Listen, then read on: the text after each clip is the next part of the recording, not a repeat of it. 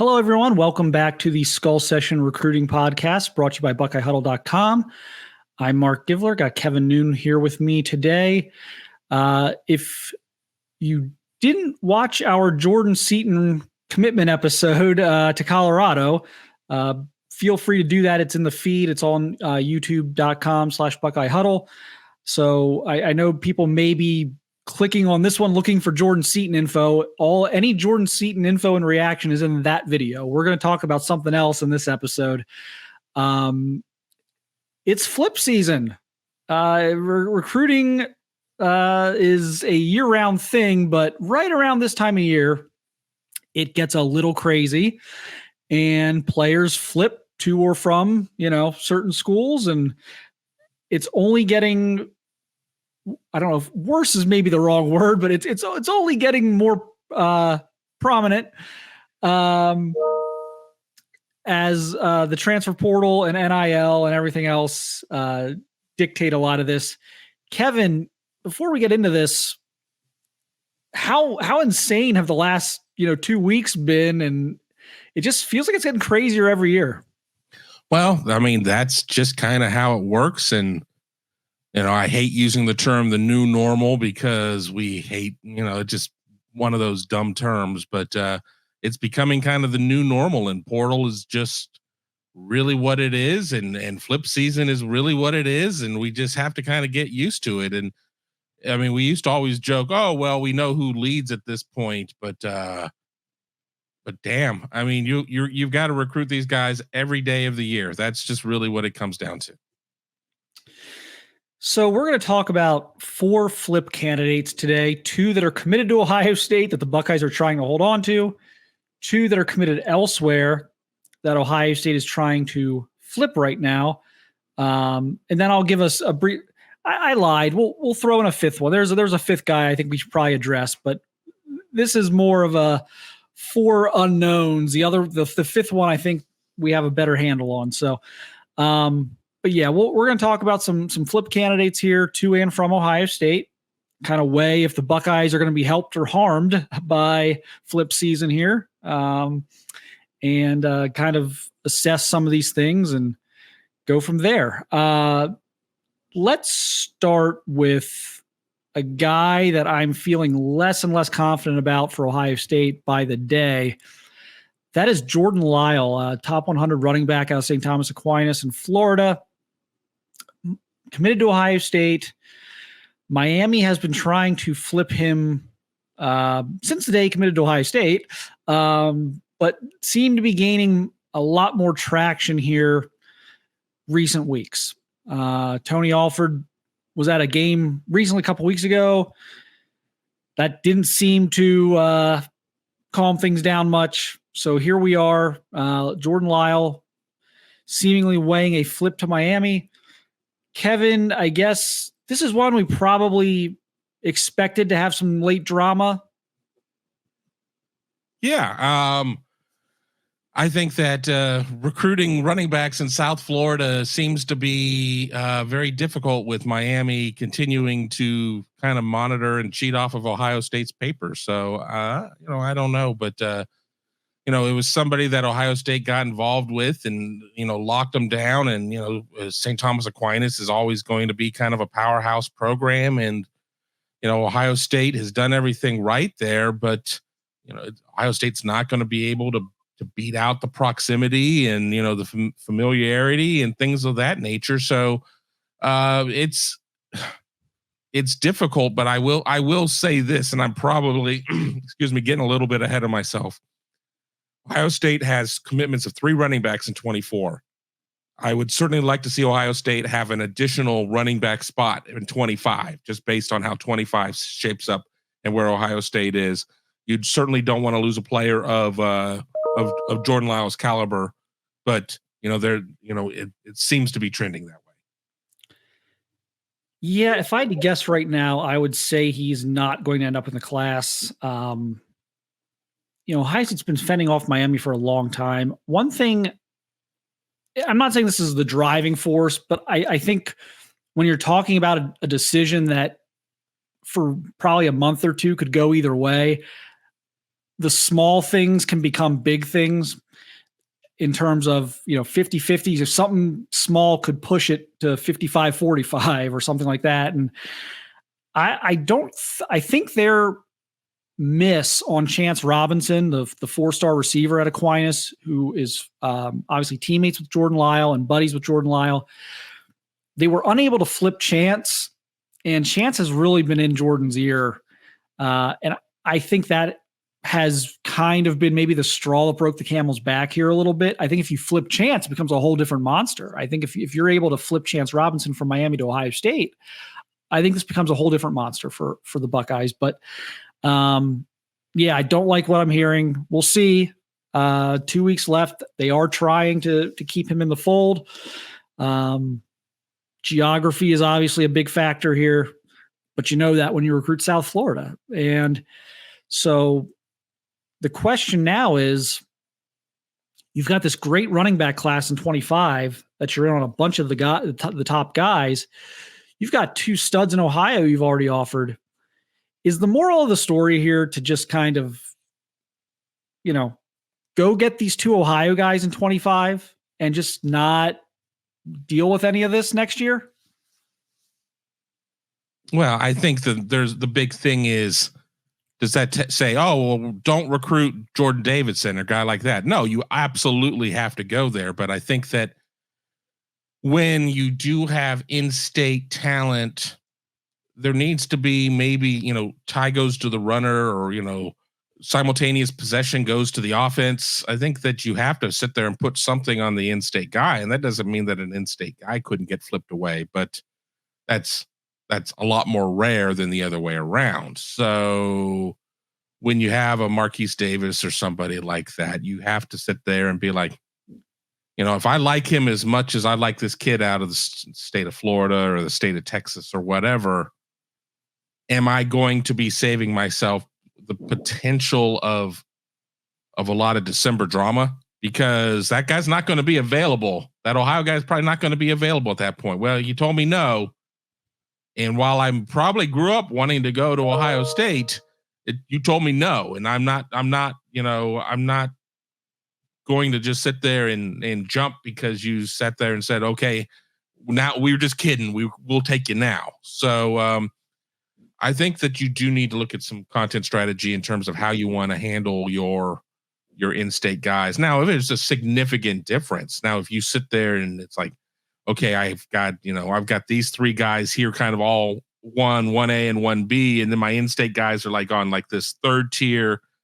No, you're Ohio State, you're a national recruiter. You go out and you get who it is you want. But if it's really close, you want to make sure A, you get the players you want, and B, you don't want to have to face these players either that you sit there and give all this extra motivation to, and have somebody go, Javon Ringer on you or something like that. Yeah, I would simplify things in 25. I would kind of you probably have to have these conversations individually more than as a group or something, but I would sit Bo Jackson down. I would sit Marquise Davis down, get them on campus here, as soon as you can, this winter, spring, when things open up. And I would say, look, we're going to hold spots, or we're going to take the 2 Ohio guys. We want you, if it's Bo, we want you and Marquise. If it's Marquise, we want you and Bo. But we've had this flood to the portal that we've seen here. We've got a thinning running back room, and we didn't get our number in 24 if Lyall ends up at Miami. So we can't shut the door. But here's what we can promise you. We are going to take the 2 Ohio guys, and here's our list of 2. Just pick 2. Don't sit there and pick 10. Jordan Davis and Torrey Blaylock maybe, and say, we're going to recruit these other 2 guys for 1 spot. If they accept, you're going to be part of a 3 running back class, and that's that. If they don't, it's just we're going to roll with the 2 of you. But we want 3, but we're not going to stretch for 3. These are our targets. And I think if you're upfront about that, I think you can make this work. I think you can sell guys on different roles within the running game. I think you can look at this year's running back room at Ohio State and say, yes, Trey Henderson was the feature back, but, Chip played a lot. When Mayan Williams was healthy, Mayan Williams played a lot. We need to be able to play 2-3 running backs every week. So I think that's an easier sell to a couple of Ohio guys than it is to a couple of South Florida guys or a couple of Texas guys. So I would simplify this and then you gotta go to Jordan Davis and say, look, we're taking the 2 Ohio guys because we've been burned way too many times by this out of state stuff. And we're going to take the 2 Ohio guys and we're holding a spot for you. And we're going to recruit you until you sign somewhere else. And that's how you do it. But I wouldn't play this game of holding off an Ohio guy because you're in it for Jordan Davidson, who I think they really are in it for. And, Torrey Blaylock, I wouldn't play that game. Take the Ohio kids when you can get them. And if that costs you someone nationally, then it costs you someone nationally. But, we're also talking about a position that it is easier to find a running back than it is to find any other position. So to complicate this every year just seems like a self-inflicted wound to me.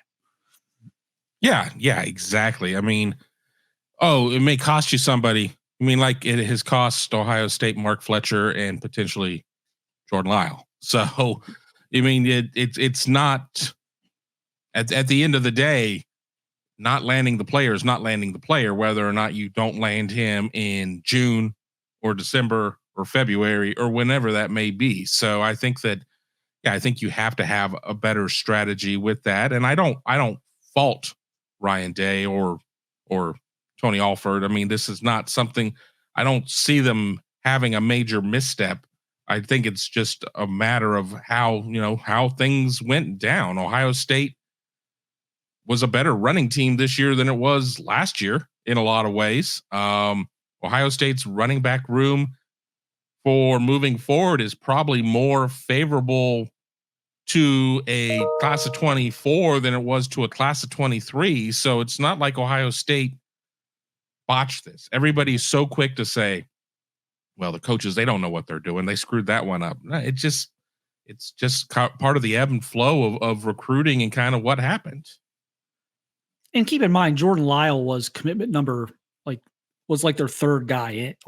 This was not like a situation where they're going to be devastated on a number situation, but and this was a guy they recruited early and recruited hard. And I think in different circumstances, there may be some blame here, but again, as like a 3-back class, I don't think there, if you put all your eggs in Jordan Lyall and he was about to leave your class and leave you without a running back, then yes, there would be a lot of blame to go around here, but I think they've handled this fine.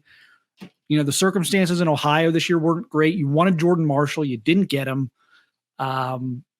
So at that point, you had Sam Williams-Dixon as kind of like your utility back. There weren't 2 other guys out there like Bo Jack. So I think next year it's a simple solution. And so we'll see what they do. But another South Florida guy, surprise, they're trying to keep in the fold. South Florida's always interesting. 5-star wide receiver Jeremiah Smith, the number 1 player in the country. I've made this no secret. He's the best high school wide receiver I've ever seen. He's the best high school wide receiver prospect I've ever covered. So the damage that would be done here, even to a great Ohio State receivers room, would be significant. This is losing what we now know. Like, this would be like knowing what Marvin Harrison Jr. was going to be and then knowing that and then not signing him. This is what that would be. So he did make a visit to Florida State, made an official visit to Florida State here late. I think he's done with visits. We'll see. How concerned are you? I kind of answered this with Tom the other day on Buckeyes Tomorrow Morning, but 1 to 10, 10 you're most concerned, 1 you're no concern at all. How concerned are you for Ohio State in signing Jeremiah Smith? I have 2 answers here. I have my answer that I'm going to sit there and say, so I have something to talk about. And then I have my real answer. So I have something to talk about. I'm going to say 3. How concerned am I? 1. I've never felt there's any concern short of Ryan Day and or Brian Hartline leaving their role And I mean, and that's really where it is. I mean, yeah, you can sit there and say, well, Ohio State didn't suddenly move closer to South Florida. Miami or Florida State didn't suddenly move further away from Chaminade Madonna High School, and that's all true or whatever. I mean, obviously Florida State had a really strong year and goes 12-0 in the ACC, and not going to turn this into a show where I talk about how little I think of the ACC. And Miami's Miami. They're just going to be a middling team. I'm sorry. I mean, Ohio State broke Miami. But I don't see either of those programs really being able to come in and offer anything that Ohio State isn't with Day and Hartline, short of the immediate payday. And Ohio State had to fight all of that off on day one. I mean, honestly, it's not like that's just a December 23 issue. I mean, they were having to fight off, I'm sure, much more lucrative, immediate payoff NIL deals from other programs. I'm not going to attach anything to any school. I don't need to hear from those schools about unfounded allegations, but we just know how this stuff works. They've had to fight that off for a long time. Jeremiah Smith wanted to commit to Ohio State months earlier than he committed to Ohio State. People around him wisely said, slow down, enjoy your process. There's no hurry. And then he still ends up committing very early in the process because that's where he wants to go. And nothing is really significantly changed. I mean, you can talk to Ohio State fans and they'll tell you, well, the sky is falling and up is down and left is right. And, we're all living in the upside down world right now, but nothing has changed really. So even if I'm trying to make talking points, I don't think that there's a ton of concern, but personally, let's put it this way. If something happened, I normally have thoughts prepared for these types of shows. I have zero thoughts prepared for a Jeremiah Smith flips from Ohio State show. I have never given that one iota of thought. Yeah, I'm at a 2 just because whenever a kid steps on another campus, weird things could always happen, but I'm not hearing anything concerning on my end. Talking to people on the Ohio State end of things, talking to people in down South Florida, there's a general lack of concern about the stability of his commitment to Ohio State. It's not going to be, and it's not that I don't think it's possible that Ohio State could ever lose a big time player at the end. The relationship he has with Brian Hartline has been so good for 3 years now. And Ohio State's development track record at receiver, it's almost unfathomable to me. And, right now the competition is Florida State. It's not Florida, which is a disaster right now. It's not Miami where some of his buddies are going. And we've made the drive. Fort Lauderdale to Tallahassee is not going from Columbus to Cleveland. That is a freaking haul. You might as well fly. And if you're flying, what's the difference between flying to Tallahassee or flying to Columbus? An hour, 45 minutes, So I don't think this is a geography issue. I think Florida State's obviously very competitive in the NIL space, and they're going to be able to point to what they've done with their receivers this year as a positive for their program. But I don't see it. I don't see it. I don't put much stock into it at all. So I've got Jeremiah sticking. I've got Jordan Lyall probably out. Here's the thing. We've shared what we know about the Smith thing, like our, inside information, talking to people, whatever. Let's pretend that nobody has inside information on this. Let's just look at this, like objectively, if you will, for a minute. Brian Hartline, and this is not just like an Ohio State reporter's, but Brian Hartline is objectively one of the best recruiters in the country. Is he 1? Is he 3? Is he 2? Whatever. That's subjective, but he's objectively one of the best recruiters in the country. That's a fact. Ohio State wanted to take 4 wide receivers in this class. That's a fact. Ohio State wanted Chance Robinson to be receiver number 4 in this class. That's a fact.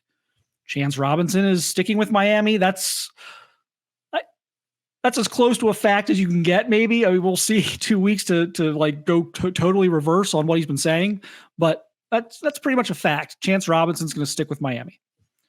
So you've got 3 receivers committed if you're Ohio State. You wanted to take 4, and your best one of those 3 is, wavering and visiting Florida State and doing this.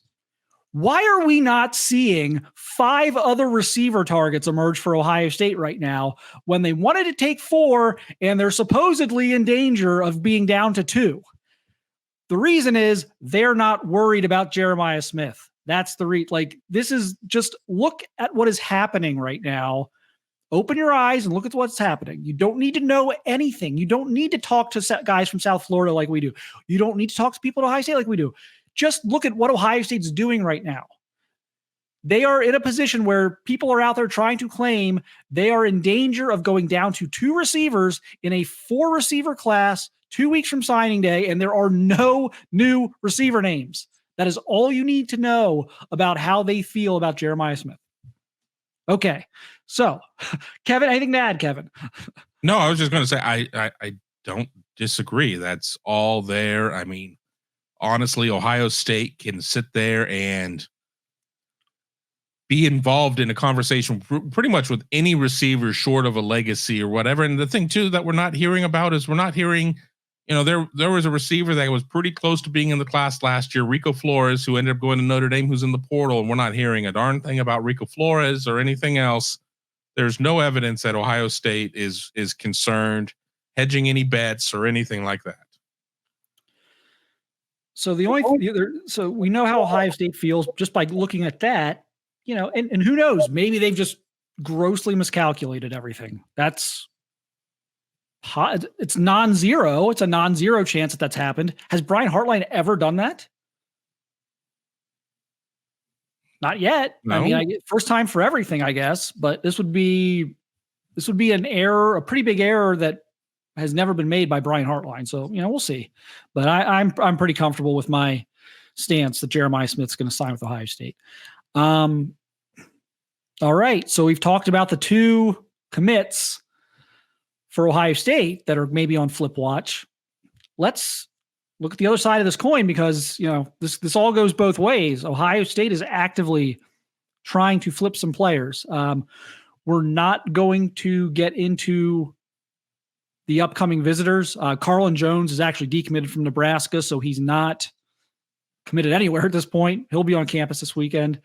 Coy Parrish is committed to Minnesota. We're going to dive into that in a different episode.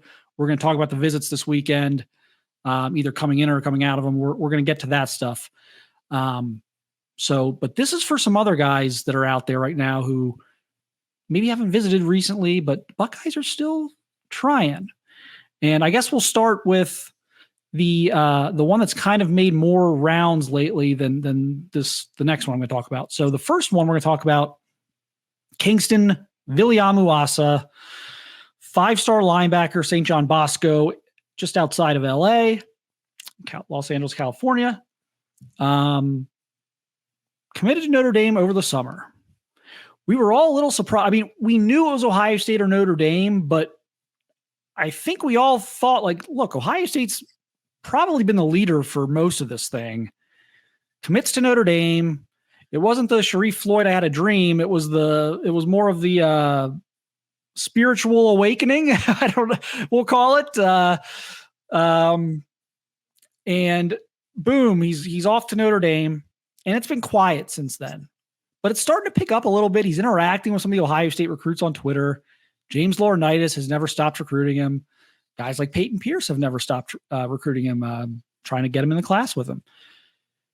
Kevin, how much stock are you putting into this at this point, given that there's been to our knowledge, there's been no secret visit. There's been we didn't see him back on campus this fall. James Laurinaitis, which I don't know if we can get to on this episode. That's maybe another rant for another day. James Laurinaitis cannot go visit him at the home because he's not one of the 10 assistants because Parker Fleming is still on the staff and doing recruiting visits. So how much are you putting into this right now?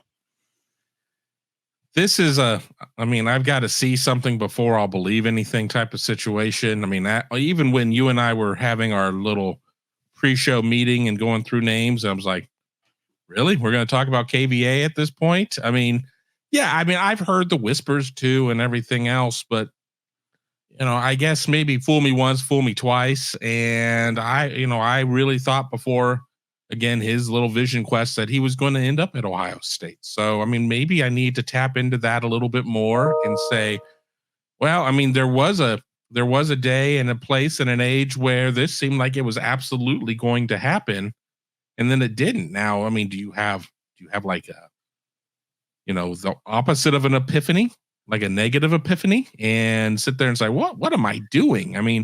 You do have to ask some questions about what's going on at Notre Dame. They're going through. Yes, Ohio State has lost a lot of players to the portal. Notre Dame is losing a lot of key players. There's one thing about losing, your fourth team, corner or something like that, but they're losing like legit players who were like impactful players this year. So I don't know. If KVA, if KVA opens up his home and there is a visit, and I agree with you, the fact that James Laurinaitis isn't able to go out and do the recruiting is absolute malpractice on Ohio State's part. Maybe I'll buy it a little bit more, but maybe the message board and just some of the I don't want to say negativity, but maybe pessimism about some things is rubbed off on me, or maybe just because I've been sick for a week, maybe that too. I don't know. Yeah, I'm kind of torn on this one because on one hand, again, we talked about this with Jordan Seaton too. Like, I don't know how you walk back the spiritual awakening part of your decision. I guess we've seen people just totally 180 before for whatever reason. So I guess I shouldn't be surprised if that happens, but it was just a very unique reason to say he committed to Notre Dame. Just a very weird, would be a very weird situation and try and walk that back. But on the other hand, I feel like for 90% of that process up until the day he committed to Notre Dame, I felt Ohio State was in the driver's seat. So that has to mean something. And I know, James Laurinaitis and him have a very close relationship. I have to wonder if they would make a move right now and announce James Laurinaitis as one of their 10 assistants and allow him to go on the road. I have to wonder if that couldn't flip this thing on its head. I have to think it would. Now, will they do that? They've got like a week and a half to do this at most. I think it's maybe like really closer, like 9 or 10 days to do this. I don't know. Could. It doesn't mean that you would have to fire Parker Fleming we're using him as kind of the 10th coach or whatever. You could sit there. It's not like Ohio State has a coaching salary cap it has to live under. It could sit there and say that Parker Fleming is, director of blah, blah, blah, blah, blah, blah, blah. He's still a special teams coach. He's just an analyst. Yeah, but that a lot of schools are doing now. It's not a case of that you have to sit there and clear space and do everything else. It's just rearranging chairs on the deck. They absolutely could and should and would and whatever to do it. But then again, Parker Fleming has been involved in some recruitments and everything else. He was involved in Justin Scott. Oh, never mind. Yeah, make the damn change. Yeah, that's unless they do that, I just don't know if they're going to be able to flip him, because it's not just about James Laurinaitis being able to go to the school or being able to go to an in-home. It's the security of KVA knowing like this is going to be my position coach. Especially with it looking like Manny Diaz is getting the head coaching job at Duke. So that Jim Knowles, unless unless something is really underneath the radar at this point, will still be the DC. But and Knowles is the linebackers coach in title or whatever. But yeah, we know that it's always been kind of a farmed out position, and that stability of knowing that Laurinaitis would be his guy, I certainly wouldn't hurt. So I'll say sticks with Notre Dame for now, but I'm taking this somewhat seriously at this point. So here's the other guy, and this guy I mentioned this one on the board yesterday. I have not seen this floating around very much. It possibly is now this morning, but Ohio State has not given up.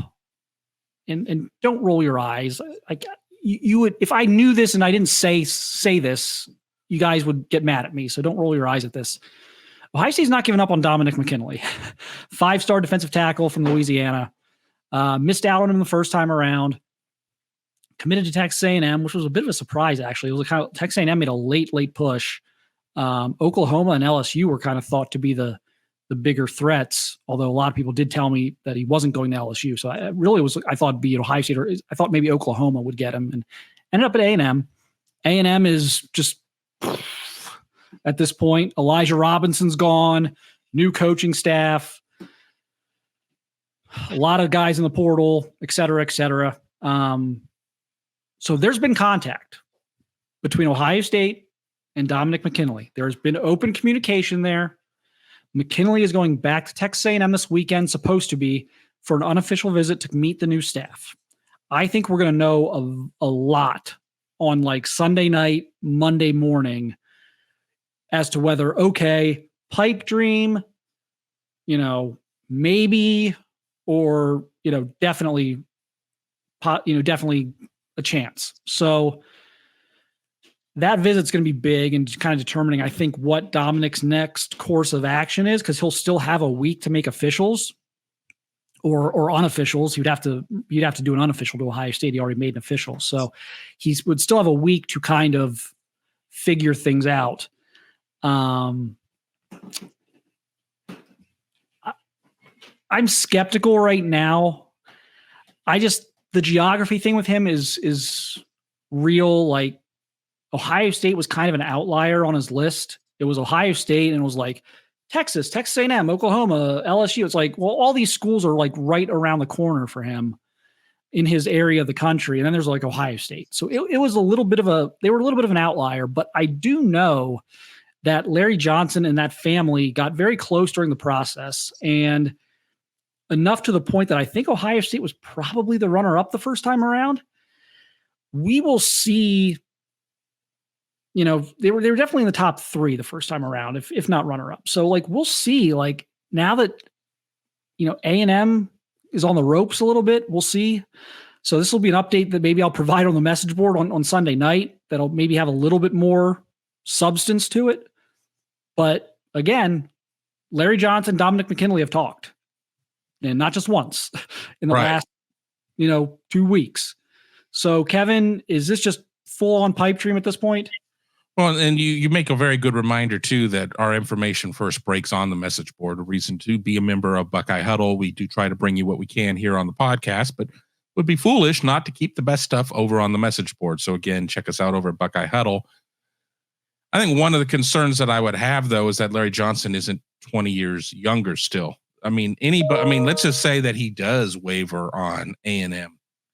Every year, Larry Johnson gets recruited against because, he is in the twilight of his coaching career. And whether or not this is his last year or next year is going to be his last year. And he always would joke with us, stop talking about all that in the public, because, I hear enough about it on the recruiting trail, but it's a very real story. And you have to kind of wonder when Larry's run is going to come to an end. And Texas and Oklahoma.